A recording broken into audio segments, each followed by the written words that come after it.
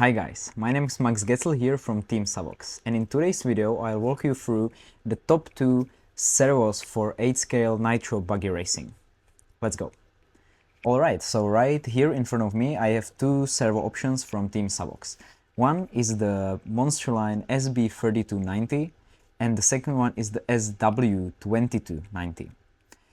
In today's video I'll walk you through the difference between these 2 servos right here in front of me and talk about a little bit the difference between the 32 lineup and the older 22. The reason why I choose the 32 or 2290 as the top tier servo for Nitro Buggy racing is the fact that we are using direct power from the receiver. So we cannot adjust the BEC voltage like on the e-buggy from 6 to 8.4 volts, but it's directly from the receiver. That means we cannot adjust the speed and the torque of the servo, and with this one I like the best feeling on the throttle and the steering. So yeah, that's why I choose the 90 compared to the 92. Alright, let's start with the first one, which is gonna be the 3290. This one is a Monsterline servo from the 32 lineup, so it features the newer 32-bit PCB. It comes at 72 grams, and the speed of this one at 7.4 volts would be 0.13 seconds and 65 kilograms of torque. This is the direct voltage from the receiver, so we cannot really adjust the feeling of the servo. This one is only water resistant, so that means it will survive a little bit of splashes on the servo, but you cannot really put it underwater.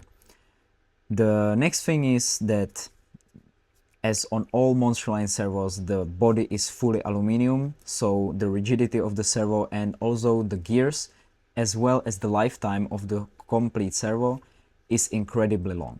And it will last you a lifetime in your car, which means you will be very happy when you get this one for your Nitro Buggy racing. But now we get to the second part, which would be the SW2290. The main difference compared to the previous one I mentioned is that this one is waterproof. That means it's not only water resistant but waterproof. So if you're racing in muddy conditions, or like in the UK for example, where you have a lot of rain on the race days, this one will survive even when you put the car through the water. It will survive the running water with no issues. The only difference is that it's the 22 lineup, which is the older one compared to the 32. So it will feature the older 8-bit PCB and the response will not be as smooth. Another difference is this one features the older technology of the gears, so also the weight of the servo is a little bit different and the speed as well. The speed at 7.4 volts is 0.13 seconds, which would be the same as on the 3290, but the torque comes lower to only 45 kilograms on 7.4 volts. So the difference, maybe you will not really notice on the track, but once you run through a splash of water, for sure this one will not let you down. The 3290 will survive with no problems once you run in the rain or running water, anything like that, but you really cannot put it through 45 minutes through running from the complete water on the track. As you can see from this perspective, the SW is a little bit taller compared to the SB servo. That's because of all the different ceilings we have in the servo itself and in the casing. So just make sure when you put the servos in the car, you notice a little bit of the difference and you adjust the servo height properly. Whether you choose the SB3290 or the SW2290, you will not make a mistake when choosing a TeamSavox servo for your car. The 8-scale buggy racing takes a lot of pressure on the servos, on the whole system, on the car, with the heat, vibrations and everything, and both of these servos have been tested to work very well also on a long period of time. So that means longer finals like 30, 45 or 1 hour mains.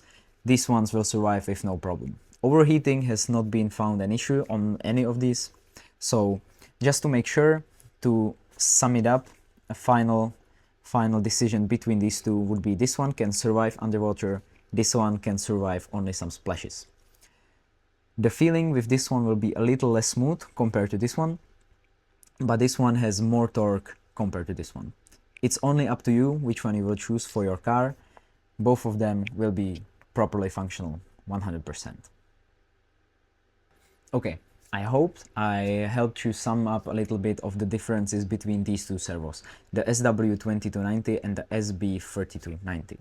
Both of these are very solid options for the 8-scale Nitro Buggy racing, so I hope whichever of these two you will choose for your race car, you will be maximum happy with.